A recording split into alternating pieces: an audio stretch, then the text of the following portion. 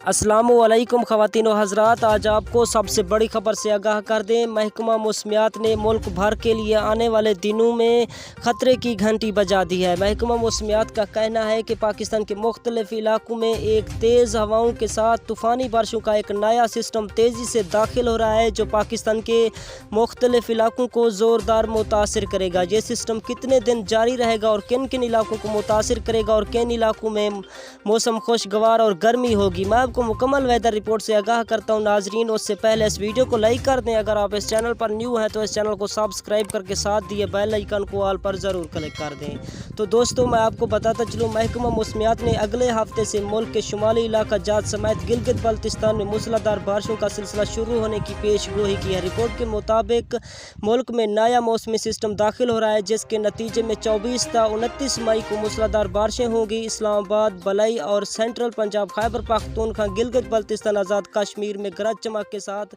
तूफ़ानी बारिशों का इम्कान है।